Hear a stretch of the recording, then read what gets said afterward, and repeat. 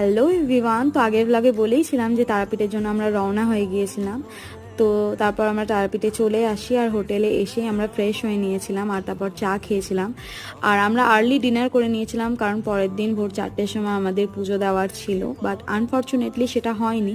তার কারণ হচ্ছে ওই রাতে 12টা নাগাদ আমাদের এসিটা খারাপ হয়ে যায় আর আমরা কেউই ঘুমাতে পারিনি ঠিক করে। তো সকালবেলা উঠে চা এখানে মুড়িও খেয়েছিলাম। তারপর আমরা সবাই রেডি হয়ে চলে গেলাম মায়ের দর্শনে। তো আমরা তারপর আস্তে আস্তে মন্দিরের দিকে ঢুকলাম আর প্রচণ্ড ভিড় ছিল আর সেদিন এতটাই গরম পড়েছিল বলার বাইরে।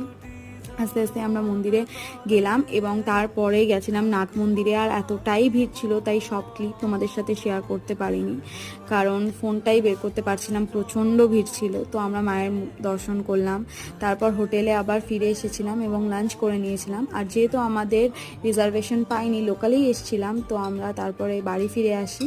দেখা